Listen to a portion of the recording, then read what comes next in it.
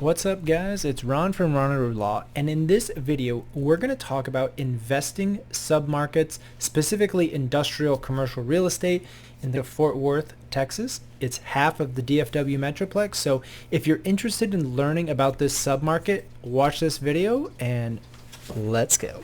Alright, so if you follow this channel, welcome back. Thank you for following. We really appreciate all that support. And on the heels of a relatively successful video about the Dallas submarkets, I got a lot of feedback to say, hey, can you do one for Fort Worth? That's our neighbor to the west. They get a lot of flack, but you know, as a population, it's there. It's about 1 million people.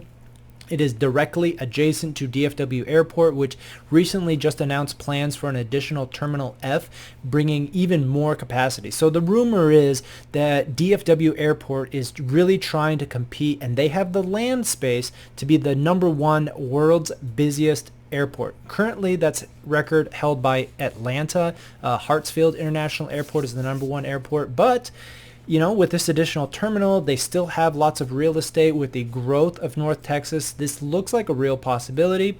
Anyway, for all the benefits that having a huge, massive airport brings, Fort Worth is solidly positioned to capture that. Now, just a bit of background, you know, Fort Worth is always known as the cow town. It's a little bit more country, or it's more western. I don't know how you want to describe cowboys, but it's always had a little bit more of that reputation, a stereotype, and so as a result, you haven't gotten the same types of development and the types of companies and the types of people moving to Fort Worth. However, that has all changed in the last 5 years. And again, this is somebody, for people that don't know, I'm a almost native Texan, moved here as long as I could. My family's been investing in commercial real estate and real estate since I was born, since probably before I was born. But I'm very familiar with this, and talking to my parents a lot, getting their opinions on where this growth is changing. And I'll say it is new, right? The people that are moving to Fort Worth now are transplants. They're people that are looking for that low cost of living in Texas, but they're even being priced out of certain neighborhoods like in Dallas or Plano and Frisco and Allen. Those are starting to get unaffordable for a lot of people. And so Fort Worth offers that really great combination of entertainment. You have sports, you have conventions, you've got TCU as a great college campus. There are restaurants and great bars and night entertainment, but the cheap housing is still there. So that dream of cheaper housing is still there in Fort Worth. So let's dig in as this relates to investing in industrial submarkets. And I'm going to start right at the top. Okay, let's take a look at this map. Alliance Airport is a private airport that is solely for commercial purposes, and this region has blown up. It is definitely one of the most popular areas. Tons of industrial development. These are all brand new. I'd say, you know, they're all the bomber buildings. It's large complexes, well run, high rents, quality buildings. You know, they're not trading for above a 5.5 cap or a 5 cap. This is the area, though, I do think is going to have some of the most industrial growth. You're going to see more and more tenants want to relocate, and then the service providers are going to relocate there as a function of the other tenants, right? So the businesses start to serve other industrial businesses, and that creates a pretty powerful effect when you have manufacturing, when you have shipping, when you have logistics, and a lot of that is headquartered in Alliance, which is north. It's directly north of Fort Worth. It's outside or inside the loop of 635, which is a connecting road that goes the circumference of Fort Worth. So we really like Alliance. I mean, if I saw a deal there, it gets a thumbs up from me. Now let's move a little bit east. There's two areas here, and directly east and a little bit to the north, I guess, is DFW Airport. So we have an area called Mid-Cities. Again, this is that little pocket. There's cities called Hearst, Euless, Bedford. They're really popular. They're working class, and they have not a lot of development. And so I think you don't get all that buzz, but as a result, industrial product, if it's there, it's going to be flex. It's going to be smaller type product and intermixed with residential neighborhoods. And so those are tough. I think those are tough to raise rents or to increase value and then be able to exit to another investor, because to residential uses always limits the upside of residential properties, whether it's going to be redeveloped, whether it's going to have additional growth. Residential neighbors really limit industrial. So that's something to watch out for in mid-cities. It is attractive that it's close and it's adjacent to everything, but that residential neighboring use can really limit your value. So just watch out for that, even if it's a great proximity to the DFW airport. Let's talk about Northeast. It's a little bit of this pocket. I think this is around a great city. I love Haltom City. This one, it gets a big thumbs up from me. If you follow my other videos, you actually see that we own a industrial property out here, 5.5 acres in Haltom City. It's right inside this loop. Every tenant feedback that we've had says they love the location because they're so close to such a large population of Fort Worth, yet they've got this great industrial property. It's kind of close to where they live. We're fully, mostly developed. I think a couple of the raw land holdouts are really holding out to go vertical for a big developer. Again, we're talking like 200,000 square foot per building, and then they want to put 3 or 4 of these on a 14-acre site. Something like that is the only thing that will still be developed in Haltom City. Everything else has been developed, whether it's commercial, industrial. And so that's why, I like Haltom City, because you're going to have that rent stickiness and the ability to raise rents, because nobody can come in and build kind of Class B industrial or other types of low clear height product. And so there's not going to be a competition, but you're close to the customers and you're close to the workers, which is key. That is key for whether a business owner or a tenant is willing to pay more in rent. Is, are you close to the customers and are you close to the workers? I would say that's it. So Haltom City in this little Northeast pocket gets a big thumbs up from me. Now let's go to East Fort Worth.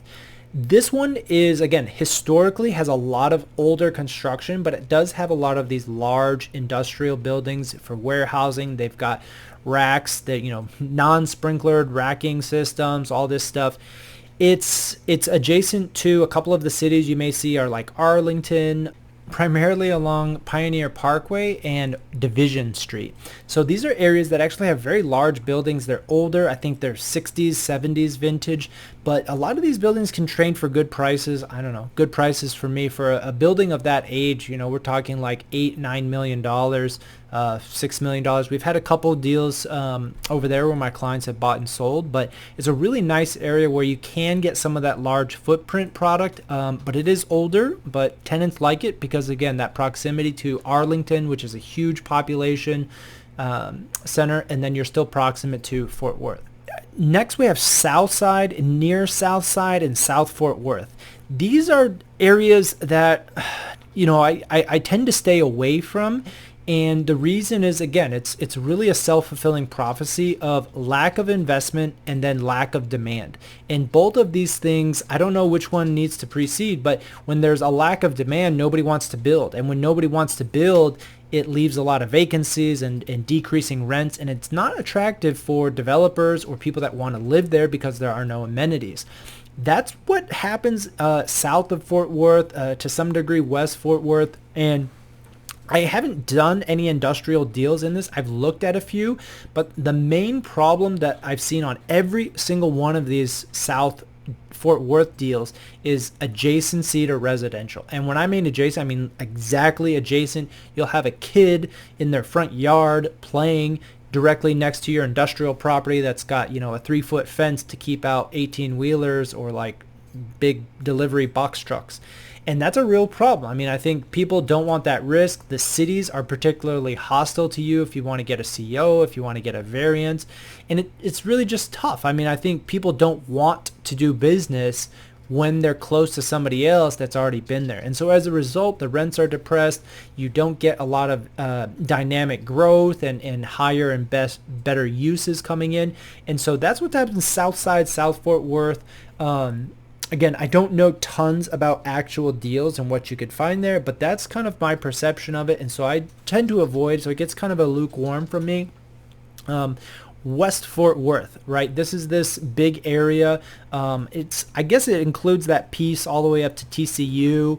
But there has been some development. I don't want to be completely negative on West Fort Worth. It's more open. There's more land. There's more development. So you're not tightly packed in terms of infill location. heading out west from Fort Worth, it starts to open up pretty quickly, but they have been investing. There's some newer retail centers. There's a big mall. I think that what you're starting to see is people like the larger home lots. So they have homes out there that are on an acre, and you don't even have to get too far outside the city, and then you've got a little bit of land to build your home on, and that's attractive. So I think there is residential demand, and whether that can lead to a good industrial demand, that remains to be seen, right? When there's still vacant land, you're constantly in fear of a developer coming in next door to you to build a competing product when you raise your rents too much. And so, again, that gets kind of a wavering. I mean, I like it in terms of that population. So if you're buying for a good price and you can hold for a long term, this could be a good area that you can buy some extra land and then develop your own piece of land as your rents start to go up. So that's it for my overview. I feel like this was a very narrow view of Fort Worth. If you have a property that falls outside of this kind of loop radar, which is, their 820 loop that goes all the way around the city, drop a comment down below. Feel free to ask me. I love all that area north. So out of 820 along 35, there's been tons and tons of developments towards Keller, Haslett, Saginaw. There is opportunity moving along these main traffic corridors, and then you start to merge with other developed areas even as you head into Roanoke and Westlake and Keller. And these are great neighborhoods with very strong household incomes, tons of growth. And it's debatable, some of these are in Tarrant County, which is the county that sits on Fort Worth. But that's what you're dealing with. And again, you've got to analyze this sub-market because everything around you could be falling to pieces. But if you take care of your sub-market and you do your research, the recession's not going to affect you. So smash that like button if you found this useful. Thanks for tuning in to my stumbling through the areas of Fort Worth, and we'll see you next time.